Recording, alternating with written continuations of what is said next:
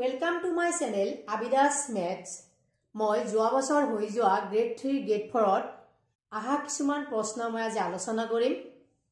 তাৰে কেইটামান প্ৰশ্ন লিখিছো। যদি 4/5 plus 3/10 equal to x plus 1/2 হয় তেন্তে x ৰ মান কি হ'ব?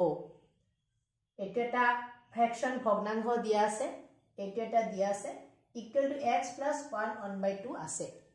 উলাব লাগিব x ৰ মান। এনেকুৱা কোৱেশ্চন যদি দিয়া থাকে আমি কি কৰিম? আমাৰ লাগিব x টো একফালে ৰাখি দিম, এনেকে x লাগিব x বাকিখিনি ইখিনি 4/5 এটো যদি মই ব্ৰেকেটটো উঠাই দিও, বন্ধনী যদি উঠাই দিও, মাইনাস আছে ইফালে প্লাস আছে, তাৰ মানে দুটা পূৰণ হৈ আছে। মনত ৰাখিব লাগিব প্লাস আৰু মাইনাস পূৰণ কৰিলে মাইনাস হয় আৰু মাইনাস আৰু মাইনাস পূৰণ কৰিলে প্লাস হয়। পূৰণ কৰিলে তেনেহলে প্লাস আৰু মাইনাস যদি মই পূৰণ কৰো, মাল্টিপ্লাই কৰো, তেনেহলে কি হ'ব? মাইনাস 3/10 আৰু এইটো যদি ইফালে লৈ যাও তেনেহলে কি হ'ব? ইফালে প্লাস আছে, ইফালে গলে মাইনাস হ'ব, তেনেহলে মাইনাস 1/2 এটো হ'ব। ইখিনি সমাধান কৰিলে যেটো উলাব হেইটো কি হ'ব? x ৰ মান হ'ব। তেনেহলে ইয়াত হ'ব 4/5 minus 3/10 এটুক যদি মই মিশ্র ভগ্নাংশ আছে ভাঙি দিও, এনেকুৱা হ'ব 2 1 গুণ 2 যোগ 1 3 ওপৰত 3 তলত 2। এটো নিয়ম সমান x equal x। এতিয়া 5 10 2 5 10 আৰু 2 ৰ লসাগু লঘিষ্ঠ সাধাৰণ গুণিতক। ইয়াৰ লসাগু কিমান হ'ব? 5 10 আৰু 2। ইয়াৰ যদি লসাগু উলাও 5 10 আৰু 2 ৰ যদি মই লসাগু উলাও 5 এৰে হৰণ কৰিলে একবাৰ, এটুত দুইবাৰ, এটুত নাযায় মানে 2 এ থাকিব। তাৰ পিছত আকৌ যদি 2 এৰে হৰণ কৰো, এটুত নাযায় 1 এ থাকিব, 1 1। তাহলে 5 2 গুণ কিমান? 10। 5 2 গুণ 10 টো কি হ'ব? ইয়াৰে লসাগু হ'ব, লসাগু। এতিয়া এই 5 এৰে 10ক হৰণ কৰিলে কেইবাৰ যাব? 2 বাৰ। 2 4 গুণ 8 পূৰণ কৰিব লাগিব এটো। তাৰ পিছত মাইনাস 10 10ত কেইবাৰ যায়? 1 বাৰ। 1 3 গুণ 3। 2 10ত কেইবাৰ যায়? 5 বাৰ। 5 3 গুণ 15 সমান x। এতিয়া যদি এইটো সৰল কৰা হয়, সহজ কৰা হয়, 8 minus 3 minus 15 8 minus 3 কিমান হ'ব? ইয়াৰ পৰা 8 minus 3 5 8 ৰ পৰা 3 বিয়োগ কৰিলে 5 minus 15 divided by 10 equal to x। এইটোৰ পৰা এইটো বিয়োগ কৰিছো। নেক্সট 5 minus 15 কিমান? এনেকুৱা যদি থাকে দুটা বেলেগ চিন যুক্ত যদি সংখ্যা থাকে আমি কি কৰিম? যেটো ডাঙৰ সংখ্যা থাকিব হেতুৰ পৰা সৰুটো বিয়োগ কৰিম। 15 ৰ পৰা 5 বিয়োগ কৰিলে 10 আৰু তাৰ আগত যেটো চিন আছে সেই চিনটো দিম, -10/10 equal to x। তেনেহলে 10/10 কিমান? 1। তাৰ মানে x ৰ মান কি হ'ব? -1। x ৰ মান -1। কত আছে অপচন? সি অপচনটো কাৰেক্ট অপশন। x ৰ মান কি হ'ব? -1। নেক্সট কোৱেশ্চনটো হ'ল 1.5 কেজি কিমান শতাংশ পৰিমাণ 7.5 গ্ৰামৰ সমান হ'ব? তেনেহলে ইয়াত আছে কেজি আৰু ইফালে আছে কি 7.5 গ্ৰাম। তেনেহলে 1.5 কেজি 1.5 কেজি মানে কি? 1.5 into 1 কেজি মানে 1000 গ্ৰাম। আমি একক বিলাক একে বনাব লাগিব। এটো 5 1 1 5 তিনিটা 0 দিব লাগিব। দশমিক এক ঘৰ পিছত আছে, তেনেহলে আমাৰ শূন্যটো দশমিকটো ইয়াত হ'ব। তাৰ মানে 1500 গ্ৰাম হ'ব। 1.5 কেজি 1500 গ্ৰাম। তেনেহলে আমাৰ কৈছে 1.5 কেজি কিমান শতাংশ পৰিমাণ 7.5 গ্ৰামৰ সমান হ'ব? তেনেহলে যদি মই ধৰো 1.5 ৰ x%, ইমানৰ x percentage 7.5 গ্ৰাম। এতিয়া 1.5 এটো কেজি আছিলে, 1.5 কেজি আছিলে, তে কেজি এটো কি আছিলে? গ্ৰাম। এই কেজিটো কি কৰিব লাগিব?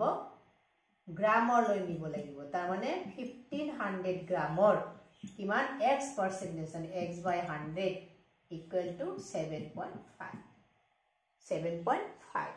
এতিয়া ইয়াৰ পৰা এটো শূন্য ক্যান্সেল থাকিব কি 15x তাৰ মানে x মানে কি 7.5 by 15 7.5 by 15 এতিয়া এই 15 ক 75 ৰ মাজত কেইবাৰ হৰণ যায় 5 বাৰ যায় 5 5 গুণ 25 হাতত 2 5 1 গুণ 5 2 এ 7 আৰু দশমিক আছে কি এক ঘৰ পিছত মানে 0.5 এটো 0.5 এই অপশনটো কি কারেক্ট অপশন 0.5%। নেক্সট কোয়েশ্চন যদি x plus 1 by x equal to 4 তেন্তে x square plus 1 by x square মান কি হ'ব ফর্মুলা কিছুমান আছিলে a plus b whole square a square plus 2ab plus b square a যেটো মাইনাস হয় a minus b whole square a square minus 2ab plus b square a square minus b square equal to a plus b এটো উৎপাদকৰ formula বুলি কয় a minus b এনেকুৱা বিভিন্ন ধৰণৰ আৰু আছে ফৰ্মুলা তো ইয়াত কোনটো হ'ব ইয়াত আমাৰ কৈছে x square plus 1 by x square ইয়াত প্লাস আছে তাৰ মানে আমি a plus b whole square equal to a square plus 2ab plus b square ফর্মুলাটো আমি ইয়াতে ব্যৱহাৰ কৰিম ইয়াত x plus 1 by x equal to 4 দিয়া আছে কোৱেশ্চনত লাগিব x square plus 1 by x square এটুক যদি দুই ফালে বর্গ কৰি দিও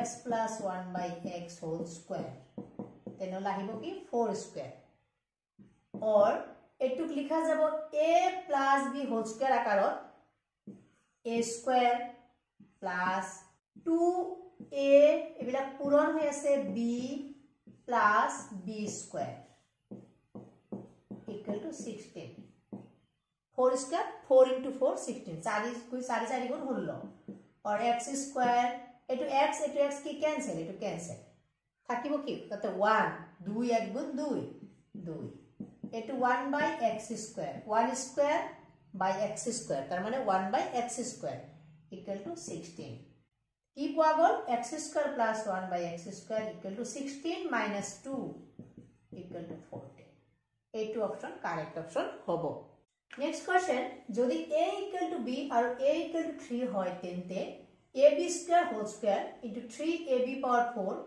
divided by 9 into 9a square b square whole cube or মান হব ইয়াৰ মানটো কি হব তেনেহলে ইয়াত কৈছে a equal to b first লিখিব লাগিব এতে ইয়াৰ পৰা a equal to b first লিখিব লাগিব হয় b লিখিব লাগিব নহলে a লিখিব লাগিব কিন্তু আমাৰ ইয়াৰ মান দি আছে a equal to 3 তারমানে আমি b এর মানটো a বহাম a b স্কয়ার হলনি লিখিম a স্কয়ার তার পিছত হোল স্কয়ার 3 a b এর হলনি লিখিম a তার উপর power 4 divided by 9 a square b এর হলনি লিখিম a স্কয়ার তার উপর পাওয়ার 3 ফার্স্ট কাম হল এটু লিখা আমি a কে বনাই ললো নেক্সট এটু কি হবো a স্কয়ার ইয়াত আছে একু নাই মানে কি 1 আছে যদি ভূমি একে থাকে পাওয়ার যোগ হয় খুচক আৰু ঘাতৰ মই এটা ক্লাস লৈছিলো যদি সোয়া নাই এটু চাব পাৰা 1 plus 2 হবো কি 3 তাৰ ওপৰত পাওয়াৰ কি আছিল 2 3 1 1 তাৰ a পাওয়াৰ 2 তাৰ ওপৰত পাওয়াৰ 4 তাৰ পিছত আছে 9 a power 2 plus 2 তার মানে 4 a power 4 তার উপর পাওয়ার 3 এটু সমান কি লিখা যায় a power 3 whole power 2 পাওয়ার উপর যদি পাওয়ার হয় পাওয়ার কি হয় পূরণ হয় 3 2 গুণ 6 a power 6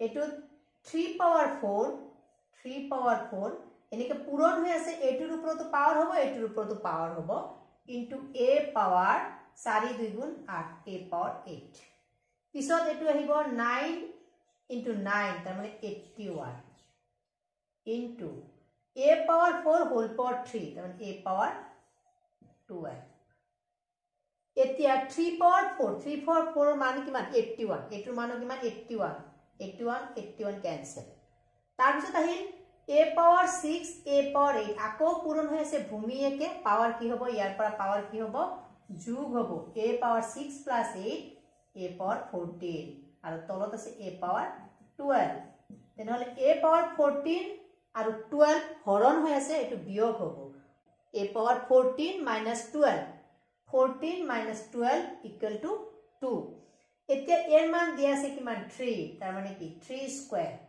equal to 9 3 square equal to 9 তেনেহলে অপশন কোনটো অপশন কারেক্ট এ অপশন টু কারেক্ট অপশন হবো নেক্সট কোশ্চেন যদি a greater than b a greater than 0 b greater than 0 হয় তেন্তে নিম্নলিখিত কোনটো সত্য প্রথম চাব লাগিব কন্ডিশন শর্তটো কি দিয়া আছে a greater than 0 b greater than 0 তার মানে সংখ্যা যিবিলাক দিয়া আছে শূন্যতকৈ ডাঙৰ হ'ব সংখ্যাবিলাক কি হ'ব শূন্যতকৈ ডাঙৰ হ'ব লাগিব ধনাত্মক হ'ব লাগিব ঋণাত্মক নহয় আৰু a greater than b যদি a greater than b হয় যেনেকুৱা 3 greater than 2 5 greater than 3 এনেকুৱা যদি a greater than b হয় মনত ৰাখিব লাগিব যে ইয়াত যদি ঋণাত্মক দিয়া হয় মাইনাস দিয়া হয় সংখ্যাৰ আগত যদি দুইটাৰ আগত মাইনাস দিয়া হয় লগে লগে চিনটো হলনি হ'ব এটো মনত ৰাখিলে হল এটো হল এটা ইনইকুয়ালিটি অসমতাৰ ধৰ্ম বুলি কয়